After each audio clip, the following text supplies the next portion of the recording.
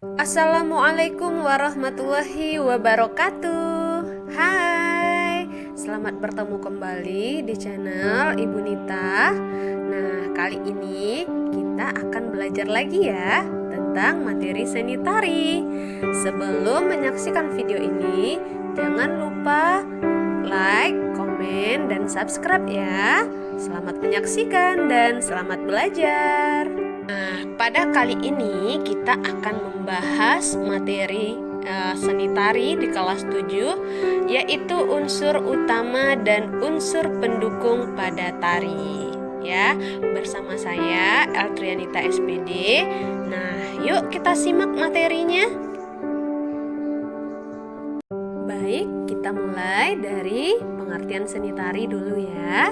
Nah, seni tari itu adalah ungkapan perasaan manusia yang dituangkan melalui gerak yang ritmis dan indah. Nah, jadi tidak semua gerak bisa dikatakan gerak tari ya, tetapi gerak yang sudah mengalami proses penghalusan sehingga gerak tersebut memiliki ciri yang indah dan ritmis. Nah, kita lanjut ke unsur-unsur tari. Nah, tari ini terbentuk atas unsur-unsur. Yang pertama, unsur utama. Kemudian unsur pendukung. Ya, unsur utama pada tari yaitu gerak. Ya, seperti pengertiannya tadi, gerak adalah unsur utama pembentuk dari sebuah tarian. Tanpa gerak, maka tari tidak ada, seperti itu. Nah, kita lanjut ke unsur pendukung tari. Ternyata unsur pendukung tari ini sangat banyak. Nah, kali ini kita akan bahas level, pola lantai, properti, tata rias dan busana, kemudian musik iringan tari. Oke, next kita lanjut ke unsur utama tari, yaitu gerak. Nah, ternyata gerak ini juga disusun oleh elemen-elemen atau unsur-unsur. Yang pertama ada ruang. Nah, ruang ini terbagi atas ruang gerak dan ruang tempat menari. Yang dikatakan dengan ruang gerak ini adalah ketika seorang penari melakukan gerakan, gerakan ini pasti membutuhkan ruang. Misalnya ruang yang terbentuk, ruang yang sempit, atau ruang gerak yang lebar, seperti itu. Ya, jadi ruang yang dibentuk ketika penari melakukan gerakan. Nah, sedangkan ruang tempat menari adalah tempat di mana si penari melakukan gerak tari. Nah, ini yang disebut dengan panggung. Oke, sampai di sini paham ya? Oke, setelah kita bahas ruang, sekarang kita masuk ke elemen gerak yang kedua, yaitu waktu. Nah, waktu ini sangat berkaitan dengan tempo gitu ya. Setiap gerak yang kita lakukan itu pasti membutuhkan waktu. Hal ini berkaitan dengan cepat atau lambatnya gerak yang dilakukan. Sesuai dengan pengertian seni tari yang sudah kita bahas ya. Seni tari itu ungkapan perasaan melalui gerak yang ritmis. Nah, yang ritmis ini yang berkaitan dengan waktu, sesuai dengan tempo gitu ya.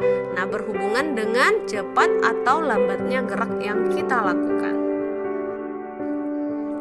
Nah, yang ketiga yaitu elemen dari tenaga. Nah, tenaga ini ketika kita melakukan gerakan itu membutuhkan tenaga. Penggunaan tenaga dalam gerak ini berkaitan dengan intensitas, aksen atau tekanan, kemudian kualitas. Ayo kita bahas satu persatu. Yang pertama itu intensitas. Nah, intensitas ini berkaitan dengan kuantitas tenaga yang digunakan saat melakukan gerak tari, atau seberapa besar kekuatan yang kita berikan saat kita melakukan gerak. Semakin tinggi intensitas gerak, maka semakin besar tenaga yang harus kita keluarkan, dan juga sebaliknya seperti itu. Yang terakhir yaitu kualitas. Nah, kalau kualitas ini diartikan sebagai cara dalam menggunakan atau menyalurkan tenaga. Ya, karena berhubungan dengan cara berarti penari yang satu dalam menyalurkan tenaga akan berbeda dengan penari yang kedua, seperti itu. Karena berhubungan dengan gerak yang akan dihasilkan. Ini yang disebut dengan kualitas.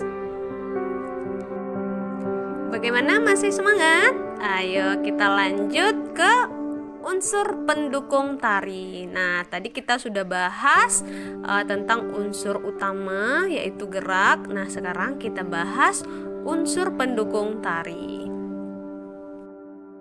Mari kita bahas satu persatu tentang unsur-unsur pendukung tari. Nah, di sini yang pertama itu ada level. Ya, level di dalam tari merupakan tingkatan tinggi rendahnya gerakan yang dapat dijangkau oleh penari di dalam tarian. Nah, untuk level ini sendiri dibagi kepada 3. Ada level rendah, ada level sedang, ada level tinggi. Nah, ini salah satu contoh penggunaan level rendah pada tari, ya. Nah, untuk level rendah ini biasanya ketika penari melakukan gerakan dengan posisi rebah atau berguling di lantai. Nah, atau bisa juga dengan gerakan yang dilakukan seperti di contoh ini, posisi duduk, ya. Ini adalah salah satu contoh dari penggunaan level rendah pada tari saman di Aceh. Ini bagus sekali ya. Nah, posisi duduk itu biasanya banyak dipakai pada tari sekapur sirih atau tari pasambahan. Nah, kalau ini dicontoh ada tari saman. Oke, selanjutnya ada level sedang. Nah, kalau level sedang ini hampir selalu ada pada setiap tarian ya, termasuk pada tari tradisional di Indonesia ya. Gerakan pada level ini ditunjukkan dengan posisi penari berdiri. Nah, sebagai contoh ada tari Pakarena ya yang sesuai dengan gambar. Kemudian ada tari piring, ada tari tortor dan masih banyak lagi. Karena seperti yang sudah dijelaskan, level ini hampir selalu ada pada setiap tarian. Untuk yang terakhir ini ada level tinggi. Nah, kalau level tinggi ini biasanya ditemukan pada tari balet ya. Penari dengan gerakan level tinggi membentuk pola melayang yang baik dan benar. Selain pada tari balet, contoh penggunaan level tinggi pada gerak tari itu bisa ditemukan pada tari perang dari Papua ya. Oke, sampai di sini sudah paham? Next, kita lanjut ke unsur pendukung yang kedua, yaitu pola lantai. Siapa yang tahu apa itu pola lantai? Pola lantai adalah garis yang dilalui oleh penari atau dibuat oleh formasi penari saat melakukan gerak tari. Pola lantai terdiri atas pola lantai garis lurus, kemudian pola lantai garis lengkung. Nah, masing-masing dari pola lantai ini juga memiliki beberapa jenis. Untuk pola lantai garis lurus ada pola lantai garis vertikal, ada pola lantai horizontal, ada pola lantai zigzag, ada V, seperti itu ya. Kalau untuk pola lantai garis lengkung ada pola lantai lingkaran, setengah lingkaran, U, C, dan sebagainya. Itu termasuk jenis dan pengertian pola lantai. Masih dengan tari saman dari Aceh ya. Nah, kali ini tari saman kita lihat dari segi pola lantainya. Nah, pola lantai yang digunakan pada tari saman ini adalah pola lantai garis lurus dengan bentuk horizontal ya. Nah, ini contoh penerapan pola lantai garis lengkung. Ini yang pola lantai melingkar ya. Contohnya bisa kita lihat pada tari kecak dari Bali ya. Salah satu contoh penggunaan pola lantai garis lengkung dengan posisi lingkaran. Lanjut. Unsur pendukung selanjutnya itu ada properti. Nah, properti ini merupakan segala peralatan yang digunakan dalam pertunjukan tari. Penggunaan properti haruslah mempertimbangkan jenis, bentuk, fungsi, dan ketepatan penggunaannya. Nah, kalau properti ini bisa dilihat dari properti yang dipakai penari, dan juga bisa juga dilihat dari properti yang ada pada panggung, ya. Itu berbeda, ya. Yang dimaksud di sini adalah properti yang digunakan oleh penari.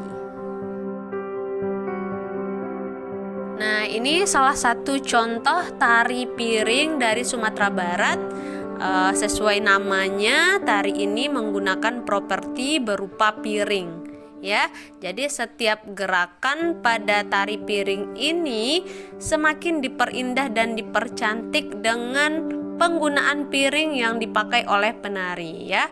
Penari di tari piring ini terlihat begitu lincah, kemudian geraknya rampak dan kompak. Ini salah satu fungsi properti yang dipakai oleh penari, harus sesuai dengan ketepatan dalam penggunaannya. Next, kita lanjut ke unsur pendukung tari, yaitu tata rias dan busana. Nah, kita bahas satu-satu, ya. Tata rias ini merupakan usaha untuk mempercantik diri. Namanya saja merias, ya. Nah, di dalam pertunjukan, tata rias sangat diperlukan untuk menggambarkan dan memperkuat watak penari di atas pentas. Nah, jadi tata rias ini walaupun dia unsur pendukung tapi sangat dibutuhkan. Nah, biasanya para penari akan menyesuaikan konsep tata rias dengan tema tarinya, seperti itu, ya. Nah, inilah fungsi dari tata rias untuk memperkuat watak penari. Nah, ini salah satu contoh penggunaan tata rias pada penari Bali, ya. Nah, kalau diperhatikan riasan pada penari Bali ini memang terlihat lebih tajam dan mencolok, karena sesuai tujuannya tadi, tata rias ini diperuntukkan sebagai penggambaran dan memperkuat watak penari di atas pentas sesuai dengan tema tari yang diangkat. Nah, tadi kan dia tata rias dan busana. Nah, untuk busana ini merupakan segala sandang dan perlengkapan yang digunakan oleh penari saat di atas panggung. Ya, adapun tata pakaian tersebut terdiri dari pakaian dasar, pakaian tubuh, pakaian yang dikenakan di kaki, di kepala, ataupun aksesoris lainnya yang melekat pada diri penari. Ya. Jadi untuk tata busana ini yang melekat pada diri penari saat melakukan gerak tari di atas panggung.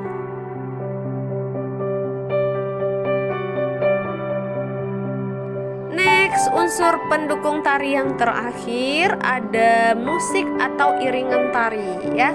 Musik atau iringan tari itu sendiri merupakan komponen pendukung yang sangat penting pada sebuah tari. Sebab seni tari berkaitan dengan gerak tubuh yang disesuaikan dengan irama, ya. Di samping itu, seni tari juga berfungsi untuk menambah nilai keindahan tarian dan membantu memperindah tarian sesuai dengan gerakan dan tema yang dibawakan. Nah, iringan musik juga berperan sebagai ilustrasi atau pengantar tari. Maksudnya sebagai pemberi suasana pada saat tertentu dalam garapan sebuah tarian. Nah, jadi musik iringan ini sangat banyak fungsi dan manfaatnya di dalam gerakan tari, di samping fungsinya sebagai pengiring atau pengatur irama. Untuk jenisnya, musik iringan ini terdiri dari dua, yaitu musik internal dan musik eksternal. Untuk musik internal ini artinya musik yang dihasilkan oleh penari itu sendiri, ya. Contohnya bunyi yang dihasilkan dari gerakan tepuk tangan, atau gerakan menghentakkan kaki pada lantai, atau gerakan memukul paha dan dada, atau juga misalnya kita bisa temukan pada tari kecak berupa suara cak cak cak. Nah, itu juga termasuk salah satu musik internal. Nah, untuk musik eksternal ini berarti musik yang berasal dari luar diri penari. Contohnya misalnya gamelan atau talempong yang dari Sumatera Barat. Yang jelas seperangkat alat musik yang digunakan untuk mengiring tarian. Baiklah, sampai di sini dulu pertemuan kita pada hari ini. Jangan lupa selalu dukung channel YouTube dari saya supaya saya makin semangat untuk memberikan informasi dan materi seputar seni tari. Sampai jumpa dan see you next time. Assalamualaikum warahmatullahi wabarakatuh. Dadah.